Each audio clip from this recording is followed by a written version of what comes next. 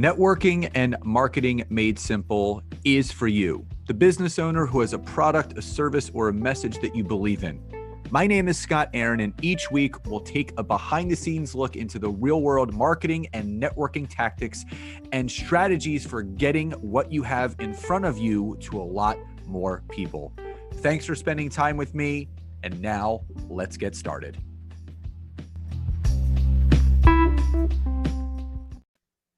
Hey, everybody, and welcome back to another episode of Networking and Marketing Made Simple. Super excited for today's episode. The gentleman that I have for everyone today, we've actually done multiple podcasts before. One was actually during the pandemic. One was more recently. I will actually link those in the bio of this episode so you guys can go and check it out. What I love about what this individual does, not only is it about the benefits of having a podcast, but how to grow them and how to monetize them. And I think that's the one thing that people don't realize is that, yeah, it's awesome to have a podcast, but are you missing out on opportunities to really grow and scale them, but more importantly, monetize them as another revenue stream? So we're going to talk about all that and more. So Josh Wilson, welcome to today's episode. Boom, Scott. Thanks for having me. It is so cool to be here. Network marketing, growth, all this made simple. And you're doing such a great job at that. I've been following you for years and we've been connected for years. Simple's not always easy though, right, people? Right? And podcasting, I think, is the vehicle that has made it a little bit easier to connect with people, especially during the pandemic. Yeah, 100%. And, there's a lot of things that I would say branch off from a podcast because there's so much that you can do with the podcast as far as, the audio, the mini clips that you can do. And we're going to get into all that and more. But my first question, for my audience that is unfamiliar with you and your journey, if you could rewind the tape and stop it at a certain point in your business, life and business journey that you feel was that catalytic moment for you that has kind of sent you down this path that you're currently on, what was that moment for you? God. So there's so many great turning points in my life that have led to what I do today, I host a show called Podcast Host Army. I host 3 other shows. I've built 15, sold 1. I've done 2,000 podcast interviews over the years. I've been in podcasting for a long time. I've also been venture capital, private equity. I've built tech companies. I've failed miserably, had to move back in with mom and dad, with 3 kids and a wife, I've gone through getting my ass whooped. Okay. But I think that if I could look at all of the successes or maybe even all the failures, and I'd say the most important turning point in my life, so I was standing on a bridge, just cashed out my government pension, and I'm standing on a bridge because I just failed miserably. I was building a tech company, and I'm thinking about diving, doing a swan dive, trying to headbutt concrete from 40 feet up, right? And as I was standing there and I was thinking about my life and what I felt like a massive failure. And as any entrepreneur will know, man, you're going to fail 9 times out of 10, right? It's tough. A 10% conversion rate on your sales is pretty good. A 10% open rate, click rate, to a converting is pretty darn good at the end of the day. And, I failed miserably and I'm thinking about killing myself.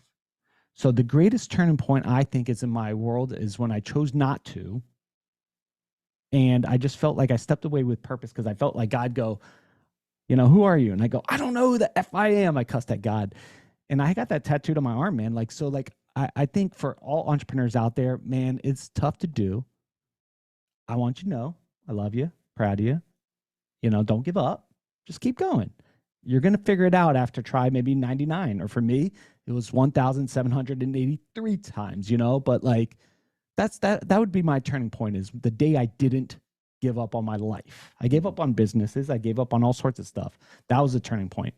Wow. I mean, well, first, appreciate that vulnerability and that share because I know there's probably so many people that can resonate with that because we always, there's going to be times where our backs are against the wall and, we may feel like there's no way out, but there's to any problem, there's always a solution. You just got to go and find it or create it yourself. Now, my first big question off of what you just shared, going back to the time that you spent in corporate, what do you feel? Again, there's experiences all along the way. You know, I had some brick and mortar businesses, and now I'm all online. And what do you feel if you could extract the number one skill or lesson that you learned in corporate that you were able to bring into now your own entrepreneurial business? What would that one skill or lesson that you learned be? Great question. Now, I've been in government work and I also been in big corporation, right? We did training and teaching and marketing for, big companies, big companies, big banks, big cellular services. And we would go and we would teach how to do online marketing and blah, blah, blah. My first job in that corporate sales role was business development. Here's a list of 100 companies, make 100 dials a day or 100 conversations a day. And that was brutal. So like my skill set of going, I've never done phone sales, to like forced learning how to have quick conversations with people, how to quickly get their attention, how to build allies within corporations and all that stuff. It's just so valuable because at the end of the day, nobody cares if you're Josh from SaaS company X that does Y for you. Nobody cares about that. So like learning how to do that, man, I hated it every day, but I look back and I go, man, what a great skill set. Yeah. It's sometimes the things that we despise the most are the ones that help us the most at the same time. It just takes that quick peek in the rearview mirror to say, that's pretty applicable to what I'm obviously doing today. For sure. 100%. You're so right. But you just got to, sometimes you got to buy diapers and baby formula. So you'll make 100 calls a day because your baby needs food, right? Babies are sometimes the best motivators in the world. You keep them alive. 100%.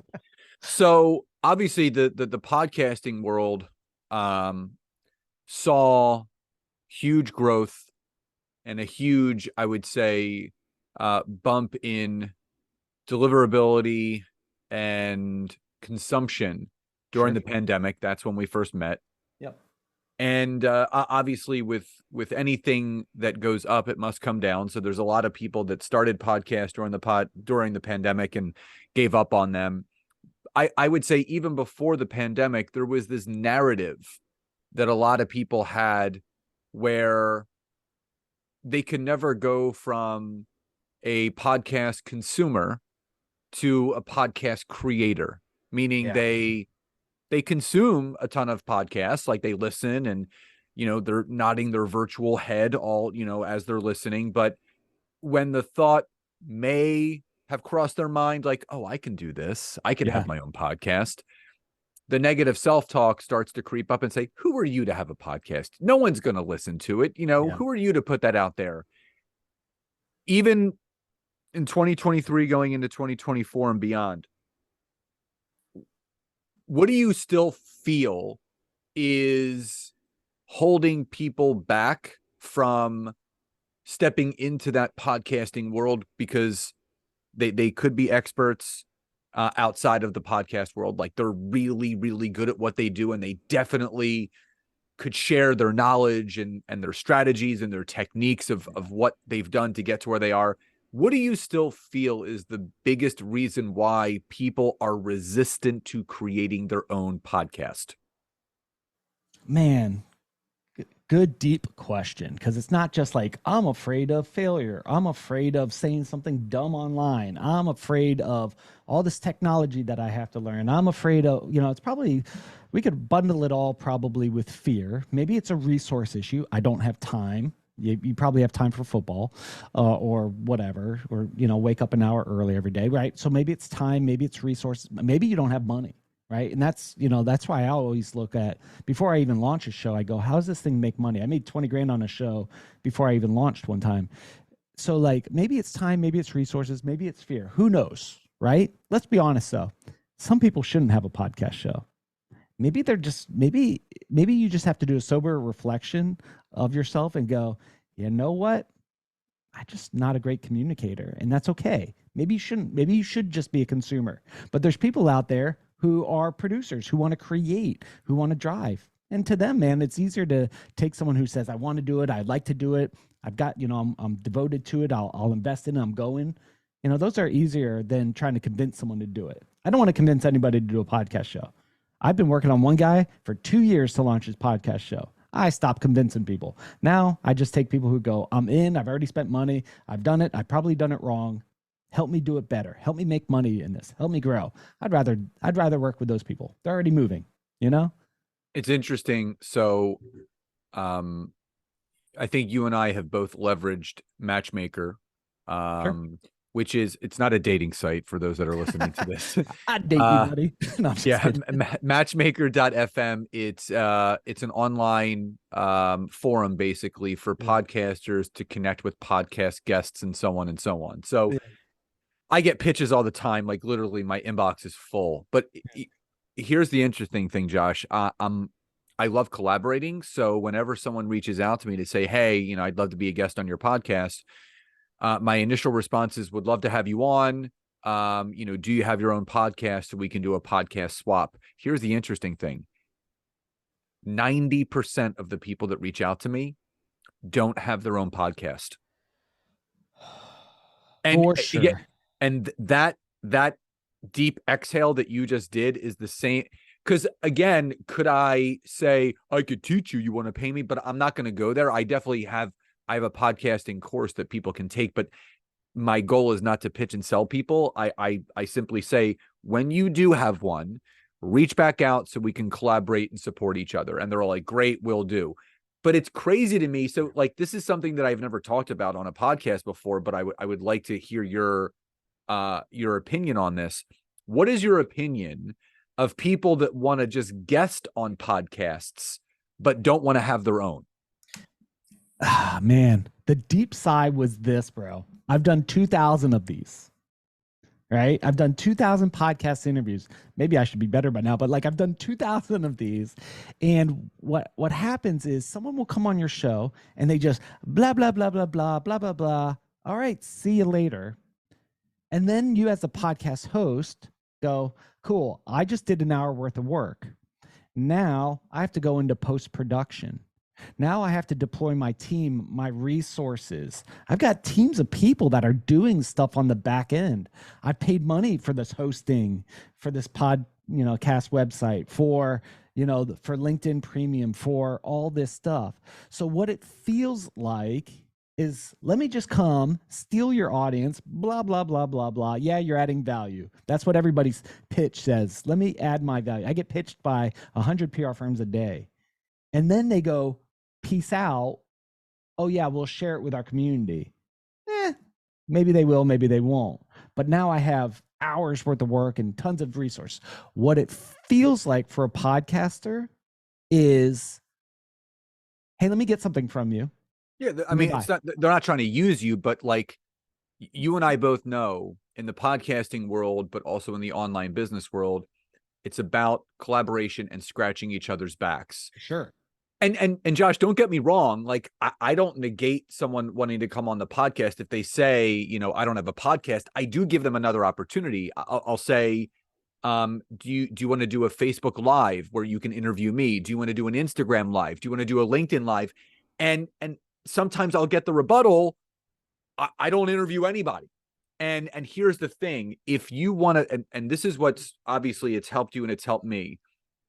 If you want to be a great host and guest, you have to do both. Yeah. And my wife asks me all the time, like, how are you so good at interviewing people? Well, I've been interviewed hundreds of times, but I haven't done 2,000 interviews, but I'm approaching 300 interviews on my podcast, Solid. which it's a lot of time with a lot of people. But Yeah. for people that and this is, you have to give in order to get. And to your point, yes, as a podcast host like you and I, we do get a lot of lip service. Oh, I'm going to share it out with my community of 10,000 followers on Instagram, and I'm going to, send it out to my email list, blah, blah, blah. To your point, maybe they will, maybe they won't. So I will chime in with this really quickly, and then I want to hear your closing point on this. Yeah. What a lot of podcasters have started doing, which I will never do, never ever do, is they actually started charging for people to come onto their podcast. Now, it is not in my belief system. I myself will never ever pay to be on someone's podcast, no matter how big they are, no matter how much traction they're getting. I don't believe in that, because there has to be other mutually exclusive ways to support one another without a monetary exchange. So for me, my podcast will never be a podcast where someone has to pay to talk to me, but there has to be a way where we can support each other by doing some sort of interview swap, or connection swap. So what are your closing thoughts on that? Cool. It's like, hey, Josh, here's a ticking time bomb. Go.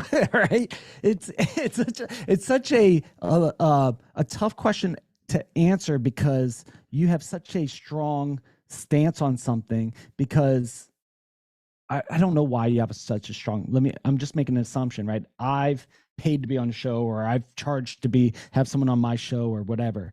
I go back and forth, because a part of it feels like a little bit like a prostitution out, right? Like, I'll give you my audience in exchange for $100, right? And you're like, I'm just selling my audience. So I say this, man. I currently don't do it, but I think that I would, because of this reason. I've spent tons of money, tons of time, tons of resources, tons of energy accumulating and building and investing in my communities and my network and my followers, and they trust me. If someone doesn't have something that is mutually exclusive, I'll take their money and I'll give it to my community. I'll go, hey, you know what, guys? I've got a great giveaway for you. I'm going to give away $5,000. Who wants this $5,000? Or instead, I'll invest in your show. Hey, is there a mission out there? Is there a ministry out there? I'll take this dumb guy's money, right? Hey, let's go start a podcast show for my church or for my ministry or whatever. I'll take this guy's money and I'll plug it over here. So now I'm kind of going like, you know what? I'll take people's money. Go ahead, give me money. That's an interesting concept. Like, now my brain is kind of like, the wheels are turning a little bit, because if someone doesn't have their own podcast, could someone legitimately say, if you don't have your own podcast, that's totally cool. I usually do a podcast swap for free, but someone that wants to be a guest, because of the time that it takes my team to break down the episode, provide the social proof clips, it's just a $97 fee to be a guest. You get all those assets. It'll be, I share it to my entire email list, where it's going to give you a ton of visibility. Now my wheels are turning a little bit, because again, to the right person and to the right audience that they're going to be guesting on, right? It's the right investment. And for $97, I think most people would do that. So I totally see your point. Yeah. And check this out, bro. How cool would this be? Right? Hey, everybody in my audience, from now on, I'm going to teach you guys how to monetize being a consumer of a podcast show. So you just listening in, I'm going to give all this money that I make from people paying to be on my show. I'm going to give it to my audience. So you have to be able to listen in. I'm going to say a keyword, blah, blah, blah. And the first one to text me, I'm going to give them $100. So now you could grow your email list. You could engage with your audience. So you could pass that straight through. But man, I've been so bad about, and this is why I focus on monetizing other people's shows. I've been so bad about receiving money from wherever it comes. Now I'm just like, oh, you want to pay me? Sure. Give me money. I'll do it. Right. And I might be wrong. We'll see. Oh, man, I think we could do another episode on all that. So let's talk about the state of the podcasting world right now, and where it's going into the future. So obviously 2024 is here. Podcasts are not slowing down. People are doing very, very well. Where do you see the world of podcasting, moving into the future with, the growth of Spotify, the growth of Apple Podcasts, the growth of Google Podcasts and iHeartRadio and the YouTube channels? Where do you see the podcasting world going this year, into the future? Yeah. Cool question. I was floating down the river with my family earlier in the year. when it was nice and warm, and I heard two older ladies talking. They were talking. It was like out of a movie. It was supposed to happen. I'm floating on a tube, and they're like, "And I just started my podcast show." These ladies were like in their 70s, right? And I'm going, "You got to be kidding me!" Because I built a business model around helping people launch and launch a podcast show. And I look at these two ladies, elderly ladies, talking about just launching their podcast show. It reminds me of when YouTube came out. And in the heyday of YouTube, everybody's creating. And then 3 years into YouTube, people go, I missed it. I should have started a podcast or a YouTube when it started. Here we are 20 years later, and people are still blowing it up on YouTube, creating content. So I don't think podcast is going to disappear at all. I think those who are committed to the craft will get better. And I think that the opportunities are endless. There's 1,000 ways to grow it, 1,000 ways to monetize it. It should connect in with your business model or your mission. It should benefit your guest from the minute you talk with them, and it should best benefit the community. That's the three tier prong that I look at is if a podcast show will be successful.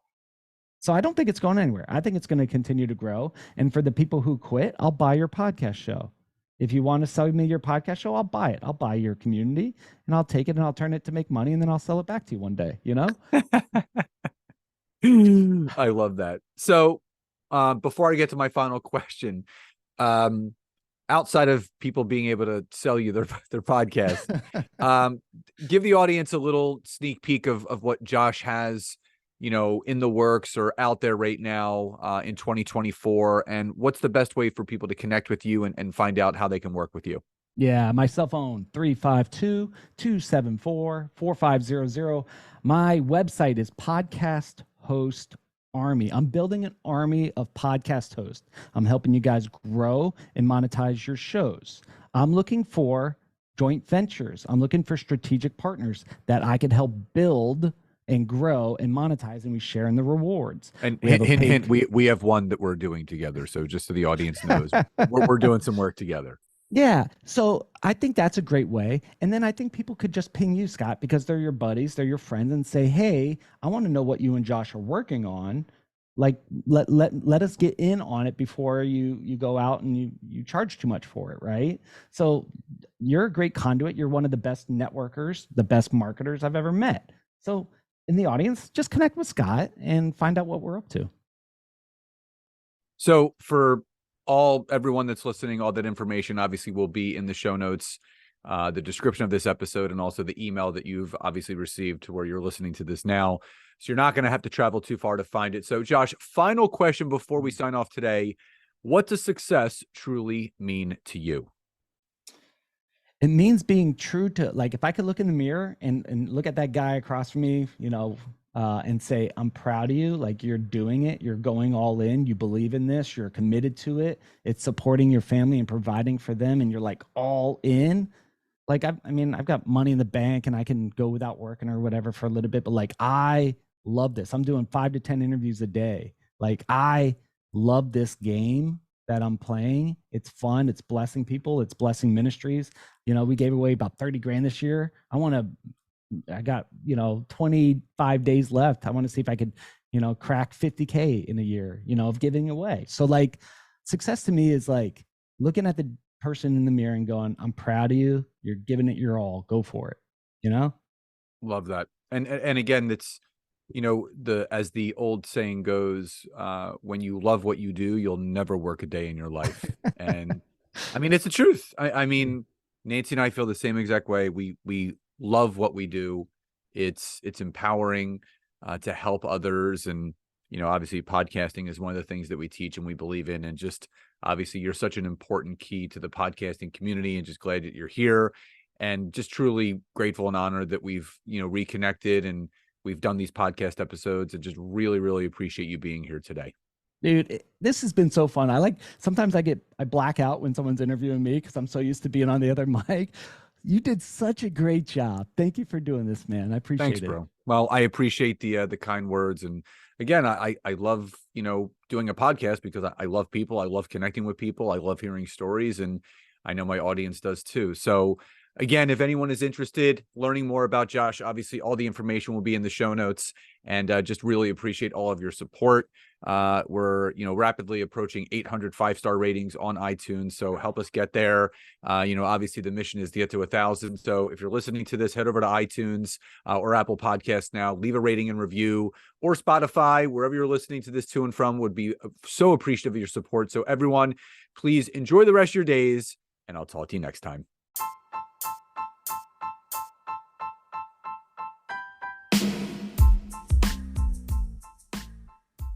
Thank you so much again for checking out today's episode. And if you are listening through iTunes, Spotify, wherever you are, please leave me a rating and review. Let me know what you loved, what you would like to see improved, or ideas you have for future episodes. And if you are interested in taking your business to the next level, don't hesitate to go to my website, www.scottaaron.net, where you can schedule a free discovery call with me, where I can learn more about you, your business, what you're struggling with, and how we can work together. And don't forget to check out my wife, Nancy, and mine, our free community on Facebook called LinkedIn Leads for Life. We would love to see you in there. Have a great rest of your day.